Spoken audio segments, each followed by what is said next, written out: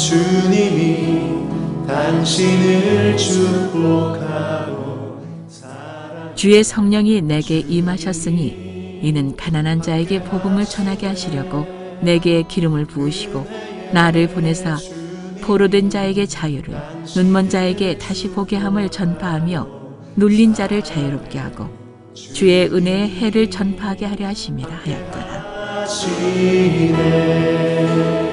은혜의 주님이 은혜의 주님이 오늘 말씀드릴 제목은 은혜의 해를 선포하라. 레위기 25장 10절 같이 한 목소리로 합독하시겠습니다. 제50년을 거룩하게 하여 전국 거민에게 자유를 공포하라. 이에는 너희에게 희년이니 너희는 각각 그 기업으로 돌아가며 각각 그 가족에게로 돌아갈지며. 여러분들 희년이 무슨 날인지 아세요? 희년이 자유를 선포하는 날이에요. 영어로는 주빌리라고 하죠. 히브리어로는 요엘이라고 그래요. 이 날에는 원래 자유인이었다가 종이 된 사람이 다시 이 희년의 선포, 이게 나팔과 함께 희년이 선포되거든요. 50년 되는 해에 이 희년이 선포되면 종의 신분이, 자유인이었다가 종의 신분이 된 사람이 다시 자유인으로 돌아갈 수 있어요.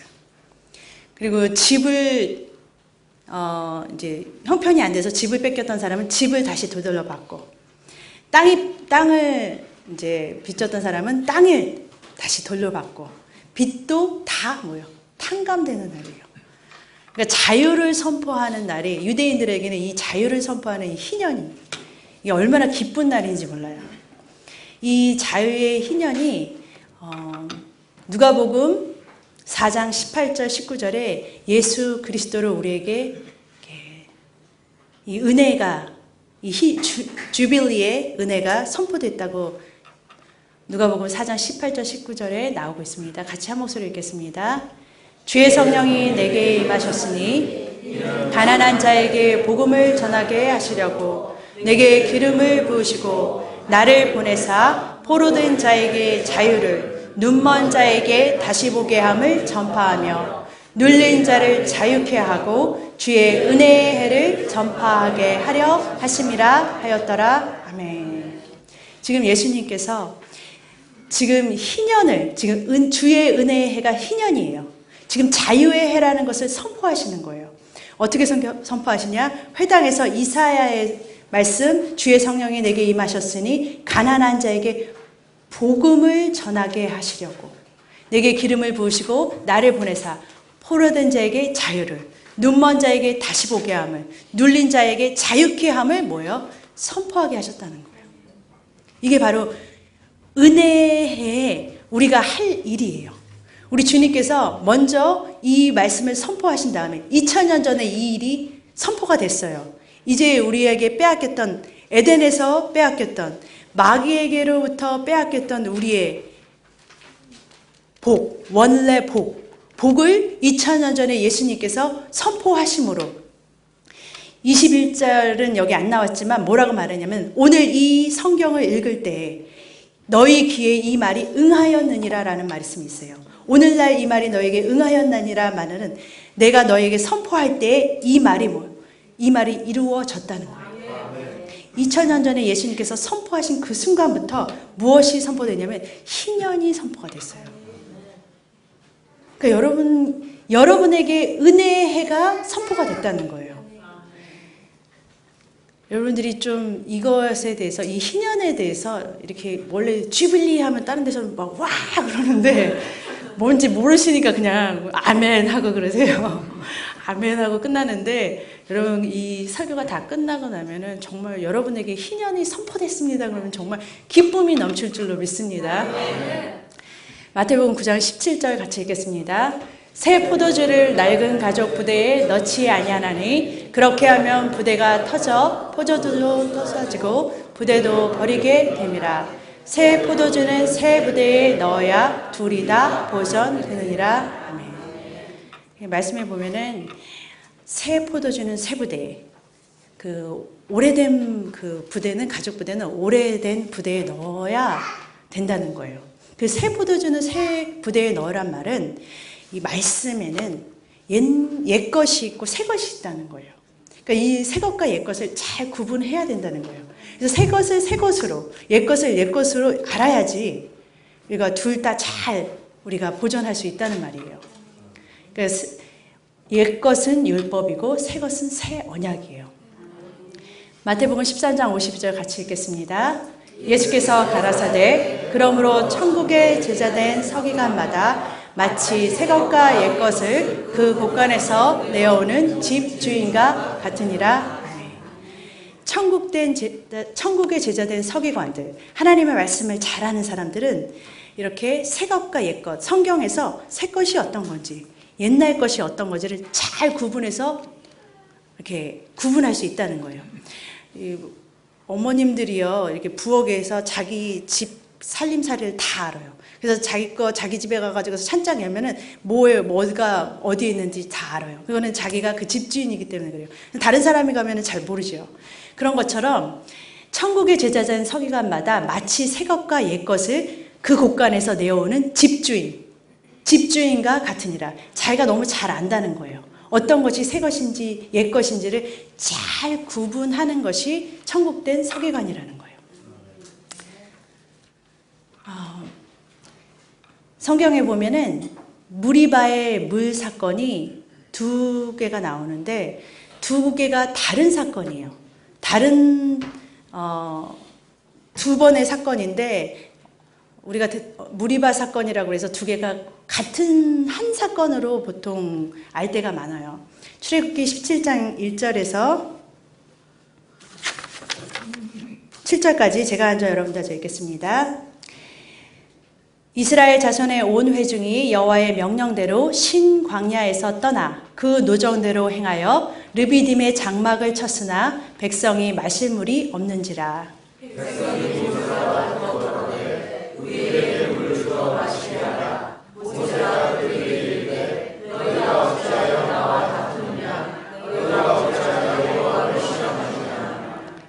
거기서 백성이 물에 가라매 그들이 모세를 대하여 원망하여 가로되 당신이 어찌하여 우리를 애굽에서 인도하여 내어서 우리와 우리 자녀와 우리 생축으로 목말라 죽게 하느냐.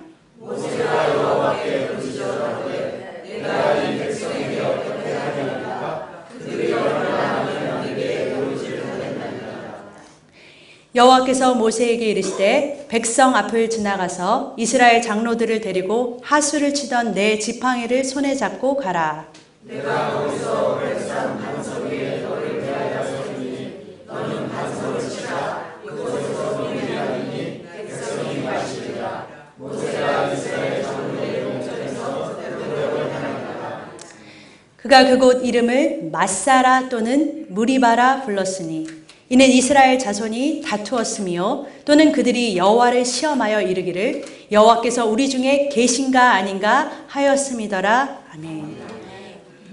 이 무리바 사건은 신광야, 원어로 보면은 신광야라는 말이 있어요. 신광야라고 해서 이때는 출애굽기 17장이잖아요. 14장 15장에는 홍해를 가르고 이제 온 사건이 나와요. 그리고 나서 15장 16장에 보면 만나와 메추라기를 먹이시고 17장에 와서는 이제 광야에서 물이 없는 거예요. 물이 없으니까 이 이스라엘 백성이 불평불만을 하기 시작한 거예요. 물이 없은 너희가 모세와 아론 보고 너희가 우리를 이렇게 이끌어내서 여기서 다 죽게 한다고 불평불만하는데 6절에 보면은 여호와 하나님이 반석, 그 앞에 있는 반석을 모세에게 치게 하는 거예요. 그 반석을 쳐서 물이 나게 해서 그 백성들을 다 먹이게 하신 것이 이 첫 번째 무리바 사건이에요. 그러니까 이 첫 번째 출애굽기 17장에 나온 무리바 사건은 광야 40년 초반기에 있었던 일이에요. 그러니까 광야를 들었을 때 처음에 시작될 때 있었던 일이에요. 그리고 진광야 가데스의 얘기가 나오는데 이거는 민수기 21장 1절부터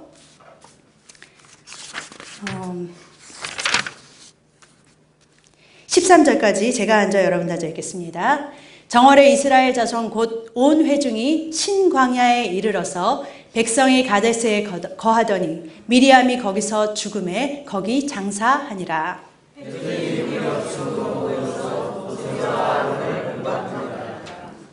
백성이 모세와 다투어 말하여 가로되 우리 형제들이 여호와 앞에서 죽을 때에 우리도 죽었다면 좋았을 뻔하였도다.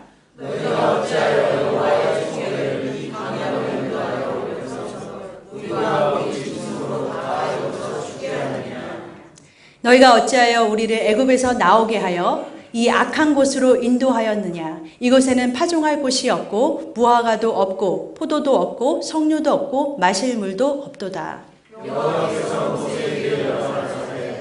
지팡이를 가지고 내 형 아론과 함께 회중을 모으고 그들의 목전에서 너희는 반석에게 명하여 물을 내라.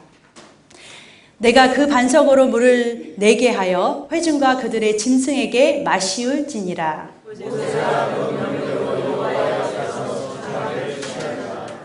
모세와 아론이 총회를 그 반석 앞에 모으고 모세가 그들에게 이르되 패역한 너희여 들으라. 우리가 너희를 위하여 이 반석에서 물을 내랴 하고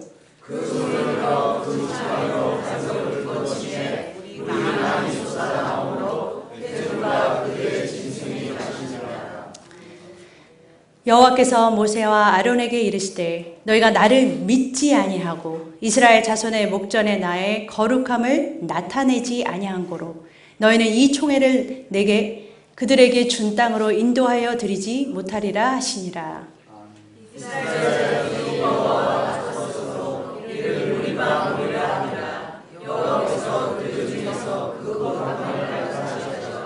아멘.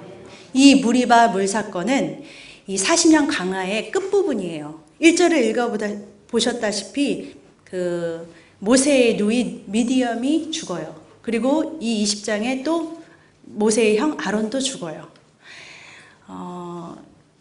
근데 두 사건은 큰 차이가 있어요. 첫 번째 17장에서는 그들이 똑같이 광야에서 물이 없다고 컴플레인한 사건은 똑같아요. 그런데 첫 번째에서는 여호와 하나님께서 반석을 뭐예요? 쳐서 물을 냈죠. 그래서 그들을 마시우게 했어요. 여기서 반석은 예수 그리스도예요. 우리 예수 그리스도는 십자가에 달려서 한 번 치심을 받음으로 우리에게 생수를 먹여주시는 분이세요. 그거에 그렇게 그림자처럼 나오게 됐어요. 그런데 여기 11절에 보면은요, 이 모세와 아론이 여호와 하나님께서 그 불평하는 그들에게 그 물을 마시게 하라고 했어요. 근데 여기 8절에 보니까 너희는 반석에게 뭐라고 그랬어요? 명하여 물을 내라고 그랬어요. 처음에 17장에서는 치라고 그랬죠. 근데 여기서는 뭐냐면 명하여 선포하여 물을 내라는 거예요. 반석을 명하여 물을 내라는 것은 여러분들이 이 셈을 이제는 그리스도 예수는 한 번 치심을 받았지 2번 더 십자가에 달리심을 받으실 분이 아니라는 거예요. 한 번에 우리의 모든 죄가를 가지고서 단 한 번의 십자가의 사건으로 우리의 모든 죄에서 우리를 뭐예요? 자유케 하셨어요. 우리를 해방하게 하셨다는 거예요. 근데 우리 하나님께서 이제는 자유가 선포된 이때 2000년 전에 예수 그리스도로 하여금 자유를 선포하게 하시고 희년을 선포하게 하시고 이제는 우리가 예수 그리스도를 통해서 생수를 마실 때 반석을 치고 예수 그리스도를 십자가에 다시 박는 것이 아니에요. 우리의 죄의 문제는 예수 그리스도의 십자가 사건은 한 번의 사건으로 끝난 사건이에요. 더 이상 예수 그리스도를 십자가에 또 다시 우리의 죄 때문에 못 박히게 하실 수 없는 거예요. 단 한 번이면 족한 거였어요. 이제는 뭐예요? 예수 그리스도께서 다 이루신 일을 희년을 뭐예요? 선포하는 거예요. 선포해야지만 거기에서 뭐가 나와요? 샘물이 나오는 거예요. 생수가 나오는 거예요. 그것의 표가 되기 위해서 그들에게 뭐예요? 반석을 명하여 물을 내라 그랬잖아요. 예수님은 전에나 어저께나 오늘이나 동일하신 예수님이세요. 예수님께서는 우리로 하여금 목마름을 채우게 하시기를 원하시는 하나님이신 줄로 믿습니다. 그런데 여기서 모세는 그 지팡이로 반석을 2번을 쳤어요. 예수님은 한 번에 족하신 거예요. 그가 10절에 보니까 우리가 너희를 위하여 반석에서 물을 내랴 그래요. 그들이 때려가지고서 반석에서 물을 내는 것이 아니에요. 여호와 하나님의 크신 은혜와 사랑으로 생수가 나오는 거예요. 그들이 아무리 죄가 있든지 불평을 하든지 우리 주님께서는 은혜에 주님께서 어떻게 하실 것을 그들로 하여금 보여주시기를 원하셨던 거예요. 그래서 12절에 보니까 여호와 하나님께서 모세와 아론을 불러내서 이렇게 말씀하세요. 너희가 나를 믿지 아니하였으므로 너희는 이 총회를 내가 그들에게 준 땅으로, 그러니까 가나안 땅으로 너희들은 못 들어가 라고 말씀하고 계세요. 여호와 하나님의 거룩하신가 신실하신 그 사랑을, 그 은혜를 표현하지 못했기 때문에 너희는 가나안 땅을 앞에 두고 못 들어간다는 거예요. 그래서 모세는 그 가나안 땅을 바라보고 못 들어갔어요. 이게 두 번째 무리바 사건이에요. 민수기 21장 8절 9절 같이 읽겠습니다. 여호와께서 모세에게 이르시되 불뱀을 만들어 장대 위에 달라 물린 자마다 그것을 보면 살리라. 모세가 녹뱀을 만들어 장대 위에 다니 뱀에게 물린 자마다 녹뱀을 본즉 살더라. 아멘. 지금 예수님의 십자가 사건을 구약에서는 그 민수기 20장에서는 무리바 사건이 있었고 민수기 21장에는 녹뱀 사건이 나와요. 광야에서 또 다시 불평불만하는 그들에게 주님이 불뱀을 풀어가지고서 그들이 불뱀에 물린 자마다 다 죽게 돼요. 그 사건을 통해서 하나님께서는 장대에 이렇게 세운 녹뱀을 본 사람마다 살게 하는 여러분 그 앰뷸런스 같은 거 보면은 거기에 이렇게 마크에 보면은 뱀이 이렇게 막대기에 달려 있는 거 보셨죠? 그리고 이렇게 병원 같은 데 보면은 이렇게 노트 색깔로 해가지고서 뱀이 이렇게 장대에 매달려 있는 거 많이 보셨잖아요. 병원 같은 데 가면은 미국에는 어디나 다 볼 수 있는 거잖아요. 그렇죠? 여러분들 이 내용이 민수기의 내용이신 줄은 알고 계셨어요? 이게 성경 말씀이신 줄 알고 계셨어요? 그 말은 뱀에 물린 자마다 뭐예요? 이 놋뱀, 장대에 매달린 뱀을 보면 살리라는 거예요. 이 놋은 심판을 상징하는 거예요. 그리고 뱀은 예수 그리스도께서 죄를 지신 분은 아니시지만 우리의 죄를 다 담당하시고 죄된 모습으로 우리의 죄를 다 감당하시고 죽으신 예수 그리스도를 상징하는 거예요. 근데 참 여기서 중요한 것은 뭐냐면요. 누구든지 살기 위해서는 녹뱀을 보는 거예요. 달리 그들이 뭔가 살기 위해 다른 조치를 하는 것이 없어요. 그래서 장대에 매달린 뱀을, 녹뱀을 보면 그들은 살리라는 거예요. 그게 민수기의 말씀이셨어요. 근데 이게 요한복음에서 성취가 돼요. 요한복음 3장 14절에서 16절 제가 앉아 여러분들 읽겠습니다. 모세가 광야에서 뱀을 든 것 같이 인자도 들려야 하리니 하나님이 세상을 이처럼 사랑하사 독생자를 주셨으니 이는 저를 믿는 자마다 멸망치 않고 영생을 얻게 하려 하심이라. 아멘. 요한복음 3장 14절에 보니까 광야에서 든 놋뱀은 예수 그리스도의 십자가를 상징한다는 거예요. 이와 같이 예수 그리스도도 십자가에 달려서 우리의 죄를 담당하고 죽으실 것을 그림자처럼 상징했다는 거예요. 15절 16절에 저를 믿는 자마다 그 놋뱀에 달린 예수 그리스도를 보는 자마다 사는 거예요. 영생이라는 거 하나님의 생명으로 지금부터 영원토록 살게 해주신다는 거예요. 그들에게는 멸망이 없어요. 이제 죄 때문에 심판받고 죽는 그런 사망이 없는 거예요. 영원한 생명을 하나님의 생명을 주시기 위해서 십자가에서 우리의 죄를 모두 담당하셨다는 거예요. 이게 놀라운 복음이라는 거예요. 여러분 이것을 볼 때 여러분들은 무슨 생각이 드세요? 주님께서 우리의 모든 죄를 가지고 십자가에 달리셨다는 거예요. 이사야서 1장 18절 같이 읽겠습니다.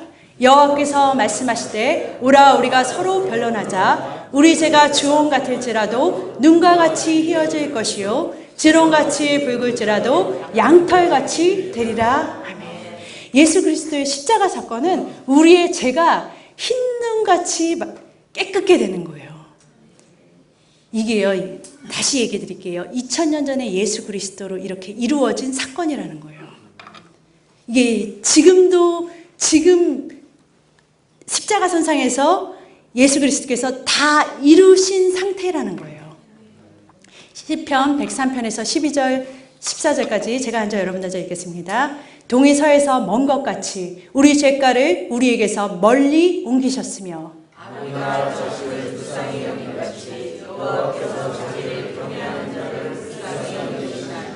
이는 저가 우리의 체질을 아시며 우리가 진토임을 기억하심이로다. 여기 12절에 보니까 동이 서에서 먼 것 같이 우리 죄를 완전히 떠나보내셨다는 거예요. 이제 죄를 보시지 않는다는 거예요. 13절에 보니까 아비가 자식을 불쌍히 여긴 같이 여호와께서 우리를 장신을 경외하는 자 우리를 뭐예요? 불쌍히 여기신다는 거예요. 그래서 14절에 보면 저가 우리의 체질을 아신대요. 우리가 연약하고 늘 죄를 질 수밖에 없는 그런 본성을 가진 연약한 인간들이라는 이 체질을 아신다는 거예요. 그러니까 우리가 진토임을 아신대요. 우리가 한낱 그 흙으로 지어진, 먼지로 지어진 그런 진토임을 우리의 존재를 아신다는 거예요. 별거 아닌 우리 존재를 다 연약한 질그릇인 우리를 아신다는 거예요. 그래서 우리 주님께서 하신 말씀이 동에서 서가 먼 것 같이 우리 죄를 다 누구를 통해서 예수 그리스도 통해서 없애버리셨다는 거예요. 히브리서 8장 12절 읽겠습니다. 내가 저의 불의를 긍휼히 여기고 저의 죄를 다시 기억지 아니하리라 하셨느니라. 아멘. 이사야서 44장 22절 읽겠습니다. 내가 내 허물을 빽빽한 구름에 사라진같이 내 죄를 안개에 사라진같이 도말하였으니 너는 내게로 돌아오라. 내가 너를 구속하였음이라. 아멘. 이제 우리의 죄가 더 이상 우리를 주님께로 나아가는데 상관이 되지 않는다는 거예요. 이사야서 54장 9절 읽겠습니다. 이는 노아의 홍수에 비하리로다. 내가 다시는 노아의 홍수로 땅 위에 범람치 않게 하리라. 맹세한 것 같이 내가 다시는 너희를 노하지 아니하며 다시는 너를 책망하지 아니하기로 맹세하였노니. 우리 주님이 다시는 우리를 책망하지 않기로 맹세하셨대요. 노아의 홍수 때 맹세하신 것처럼 무지개로서 하나님께서 무지개를 달아놓으시면서 맹세하시겠다는 거예요. 하나님은 뭐예요? 우리를 사랑하시겠다고 작정하셨다는 거예요. 이제 우리를 책망하신다는 게 아니라 우리를 사랑하시겠다는 거예요.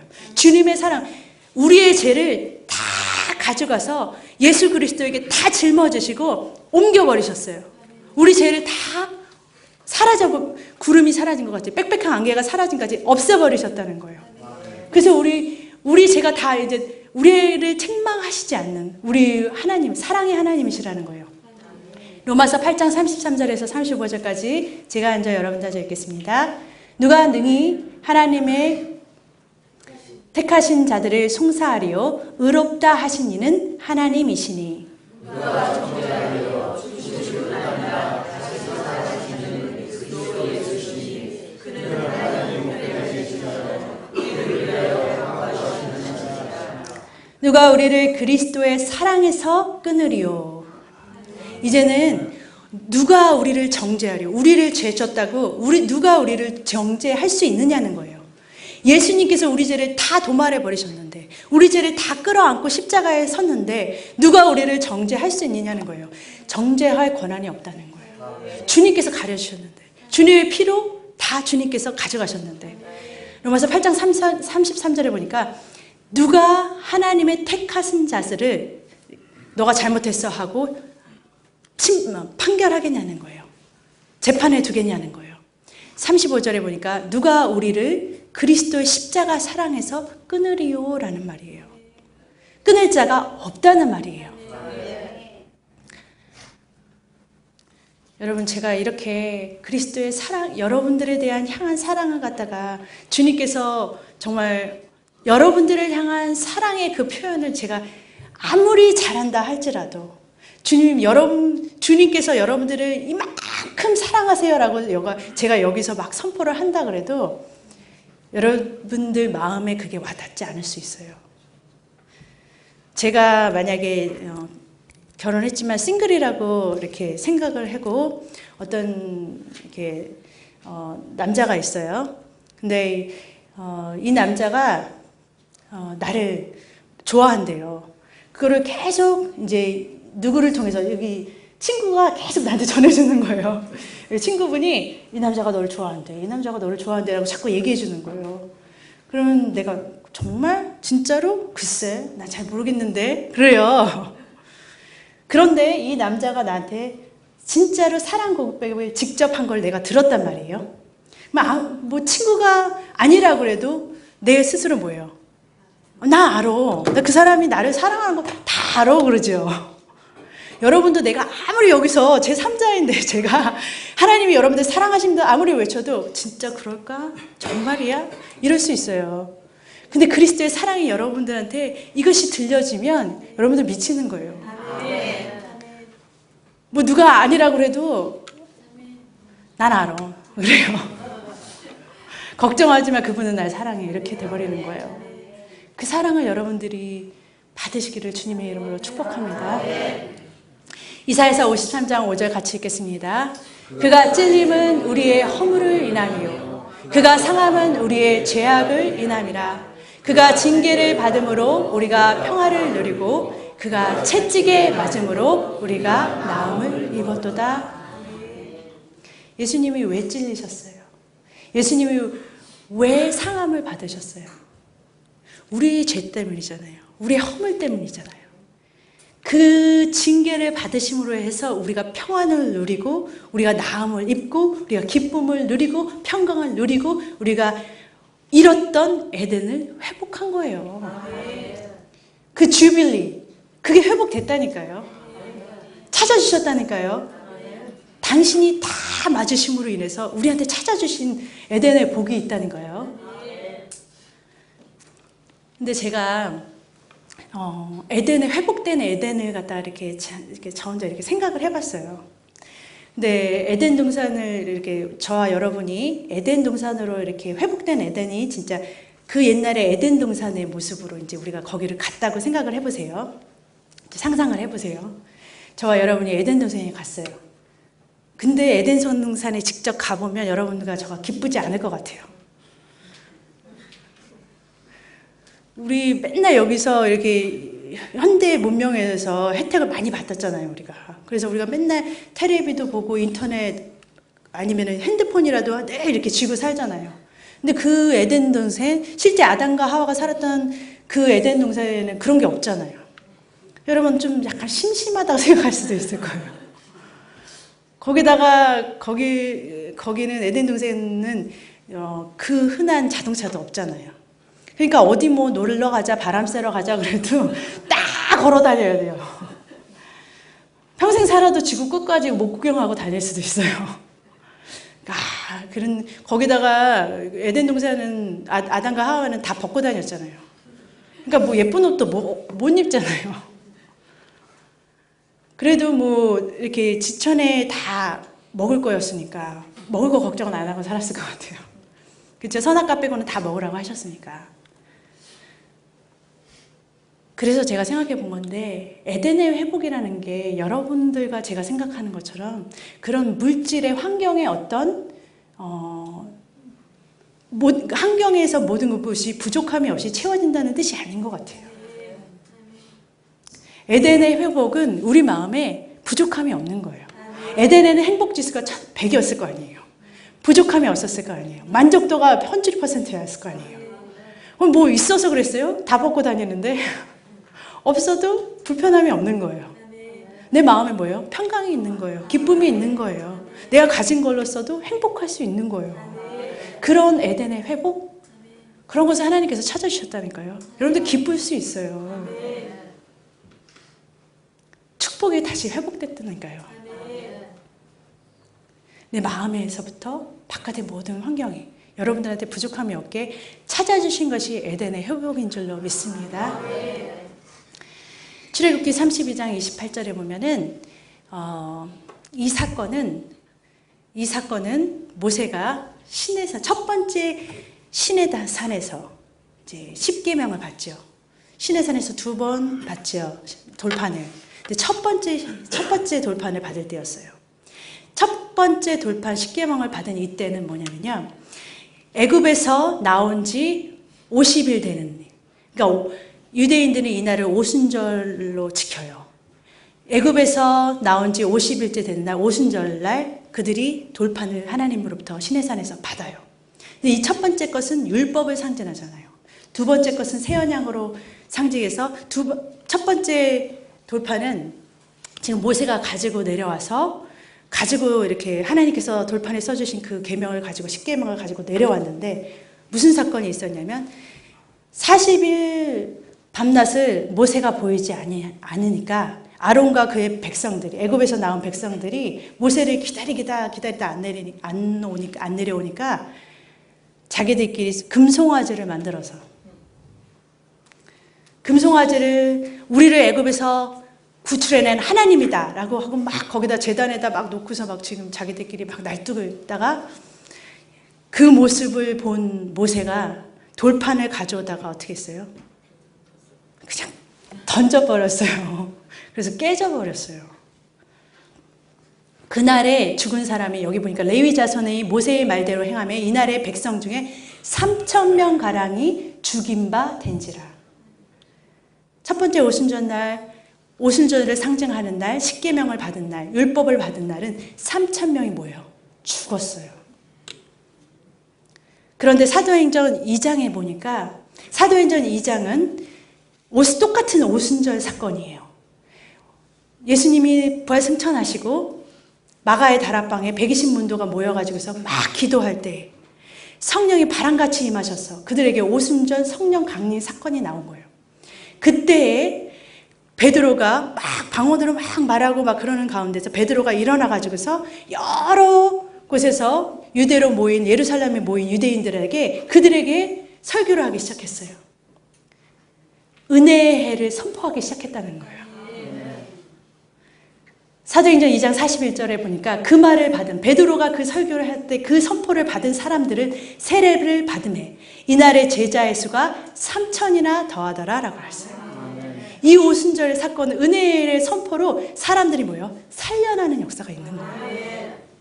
옛것은 율법은 우리를 죽이는 것이었지만 새 것인 주님께서 주신 새 언약, 주님께서 주신 이 은혜의 선포는 복음은 우리를 뭐예요?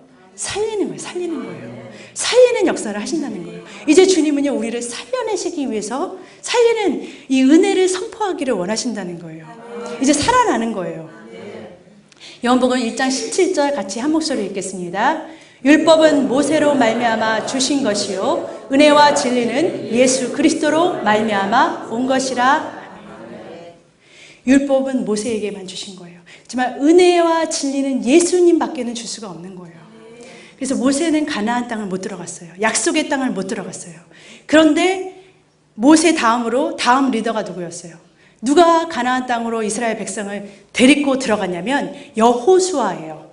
여호수아의 히브리어는 여호수아인데 헬라어로 바꾸면 예슈아, 예수님이에요. 예수 그리스도만 우리를 가나안 땅으로, 약속의 땅으로, 하나님께서 처음부터 약속한 가나안, 처음부터 하나님께서 약속하신 그 축복의 에덴으로 우리를 뭐예요? 데려가실 수 있다는 거예요. 그 약속이에요. 그 약속. 갈라디아서 3장 17절에 보면 그러면 왜 율법은 주셨냐는 이유가 나와요. 갈라디아서 3장 17절 같이 읽겠습니다. 내가 이것을 말하노니 하나님이 미리 정하신 언약을 430년 후에 생긴 율법이 없이 하지 못하여 그 약속을 헛되게 하지 못하리라. 아멘. 여기 보니까 하나님께서 아브라함으로 처음 맺은 언약은 뭐냐면요. 너 씨로, 내 씨로, 너 씨를 들으면 하늘과 같이, 하늘의 별과 같이, 땅의 모래알 같이 무수한 자손으로 너 씨로 인해서 모든 열방이 복을 얻으리라잖아요. 그게 하나님의 첫째 약속이었잖아요. 내 씨가 너요 그리스도의 대적의 문을 얻을지어다 그랬잖아요. 그 예수 그리스도로만 뭐예요? 복을 얻는다는 것. 너 씨로 말미암아 구원을 얻는다는 것이 첫 번째 약속이었어요. 그런데 430년 후에 율법은 시내산에서 그 아브라함에게 약속한 후로부터 430년 후예요. 율법을 줘보신 거예요. 로마서 3장 20절 같이 읽겠습니다. 그러므로 율법의 행위로 그의 앞에 의롭다 하심을 얻을 육체가 없나니 율법으로는 죄를 깨달음이라. 율법은 죄를 깨닫게 하신다는 거예요. 율법이 없었을 때는 죄라는 게 어떤 게 죄인지를 모르는 거예요. 로마서 7장 7절 읽겠습니다. 그런즉 우리가 무슨 말 하리요? 율법이 죄냐? 그럴 수 없느니라. 율법으로 말미암지 않고는 내가 죄를 알지 못하였으니 곧 율법이 탐내지 말라 하지 아니하였다면 내가 탐심을 알지 못하였으리라. 좀 쉽게 설명을 해드릴게요. 여러분들 이해가 쉽게 하게. 율법을 주신 것이 이런 거와 같아요. 어떤 사람이 몸이 좀 안 좋아서 병원에 갔어요. 근데 의사가 딱 진단해 주기를 암이라는 거예요. 암이기 때문에 이렇게 큰 암이 이렇게 많이 퍼져 있다는 거예요. 그래서 이 사람이 나는 이제 죽었구나. 난 이제 살 길이 없구나. 죽었다고 생각했을 때 의사가 다시 굿뉴스 그러는 거예요. 그러면서 치료하면 날 수 있다는 거예요. 그게 복음이에요. 율법은 내가 병이 있는데 병이 있는 거를 몰랐어요. 그러니까 이런 병에 있는 걸 몰랐으니까 그대로 죽는 거예요, 그냥. 근데 율법으로 인해서 죄를 죄되게 한다. 죄를 알게 하는 거예요. 나에게 병이 있다는 것을 알게 하는 거예요. 뭔가 죄의 싹은 사망이에요. 그냥 병을 가지고 있으면 뭐예요? 죽음으로 가는 거예요. 그런데 병을 깨달은 순간 나는 이제 뭔가 문제가 있다는 것을 의식하게 되는 거예요. 근데 복음은 뭐예요? 고칠 수 있어라는 거예요. 복음을 살려낸다는 거예요. 살 수 있어요. 살 수 있어. 그럼 이 사람이 슬플까요? 기쁠까요? 병원을 가졌다는 거는 슬픈 일이지만 그렇죠? 살 수 있다는 거는 기쁜 일이잖아요. 그래서 복음이 뭐예요? 굿뉴스예요. 행복한 뉴스예요. 갈라디아서 3장 2절 5절 같이 읽겠습니다. 내가 너희에게 다만 이것을 알려 하노니 너희가 성령을 받은 것은 율법의 행위로냐 듣고 믿음으로냐. 너희에게 성령을 주시고 너희 가운데서 능력으로 행하시는 이의 일이 율법의 행위에서냐 듣고 믿음에서냐. 성경은 성령을 받는 것은 성령의 일은 전부 다 뭐예요? 믿고 듣고 그러니까 율법의 행위로 우리가 의롭다함을 받는 게 아니라는 거예요. 듣고 믿음으로요. 뭐를 듣고? 복음을 듣고 그것이 진짜구나라고 믿는 거예요. 14절 같이 읽겠습니다. 이는 그리스도 예수 안에서 아브라함의 복이 이방에게 미치게 하고 또 우리로 하여금 믿음으로 말미암아 성령의 약속을 받게 하려. 아브라함과 똑같이 우리도 성령의 약속을 받을 수 있는 사람들이라는 거예요. 성령께서 무엇을 약속해 주셨어요? 아까 반석을 치면 뭐가 나왔죠? 생수가 나왔죠. 요한복음 3장 37절에 뭐라고 우리 주일학교 애들이 다 외우더라고요. 이거. 누구든지 목마르거든 내게로 와서 마셔라. 나를 믿는 자는 성경의 이름같이 그 배에서 생수의 강이 흘러나리라. 이 생수는 믿는 자가 받을 성령을 가리키신다 그랬잖아요. 요한계시록에 보면은요. 누구든지 목마른 자는 값없이 와서 마시라 그래요. 원하는 자, 구하는 자, 목이 말라서 정말 필요로 하는 자는 성령을 뭐요? 다 원 없이 주신다는 거예요. 여러분들에게 무슨 값을 치러서 받을 수 있는 성령님이 아니시라는 거예요, 이제. 주님의 생수의 근원이신 우리 주님의 그 성령은 우리에게 거저 주시는 은혜라는 거예요. 그러니까 여러분들이 나는 무엇을 잘못했는데 나는 죄인인데 이래서 주님 앞에 이제 못 나갈 사람이 없다는 거예요. 누구든지라고 그러셨습니까? 누구든지 다 약속의 성령을 받을 수 있는 거예요. 사도행전 1장 8절 같이 한 목소리로 읽겠습니다. 오직 성령이 너희에게 임하시면 너희가 권능을 받고 예루살렘과 온 유대와 사마리아 땅끝까지 이르러 내 증인이 되리라 하시니라. 오직 성령이 너희에게 임하시면 너희가 권능을 받고 예루살렘과 땅끝까지 이르러 내 증인이 되리라 하셨어요? 아니면 되라 하셨어요? 너희는 내 증인이 되라 그러셨어요? 너는 내 증인이 되도록 노력하라 그러셨어요? 이거를 또 쉽게 표현하면 내 증인이 될 것이다 라고 말씀하시는 거예요. 성령이 우리한테 부음바 되잖아요. 우리가 생수를 마시잖아요. 그러면 증인이 돼버린다는 거예요. 참 놀랍죠? 마지막 예쁜 그림으로 마무리 짓게요. 포도나무에 포도송이가 이렇게 열매로 맺는 것은 가지가 포도나무에 잘 붙어 있을 때 저절로 맺히는 거예요. 갈라디아서 5장 22절에 보면은 그 성령의 열매가 있죠. 이것은 율법의 열매가 아니에요. 율법은 여러분들이 엄청나게 노력하셔도 못 맺는 이 열매를 성령이 뭐예요? 그리스도 안에서 그 생수를 이렇게 공급해 주시면서 여러분들로 하여금 맺게 해주시는 은혜의 열매라는 거예요. 사랑하는 주의 사랑교회 성도님들은 십자가에 달리신 예수님께서 다 이루신 것을 선포하심으로 축복받으시기를 주님의 이름으로 축복합니다. 주님께서 다 이루셨기 때문에 여러분들이 이제 예수님을 다시 십자가에 못 박으시면 안 되는 거예요. 우리의 죄 때문에 다시금 매달리게 하시면 안 되는 거예요. 이제는 성령으로 하여금 뭐예요? 선포하는 거예요. 은혜를 선포하는 거예요. 내게 주신 은혜를 뭐예요? 선포해 나가는 거예요. 그래서 주님께서 이루신 그 주빌리의 기쁨을 우리의 삶에 풍성하게 넘치시기를 주님의 이름으로 축복합니다. 기도하겠습니다. 은혜의 주님이 내 삶을 축복하고 사랑의 주님이 함께 하시네. 은혜의 주님이 내 삶을 축복하고 은혜의 주님이 내 삶을 축복하고 사랑의 주님이 함께 하시네. 은혜의 주님이 내 삶을 축복하고 사랑의 주님이 함께 하시네. 축복합니다. 사랑합니다.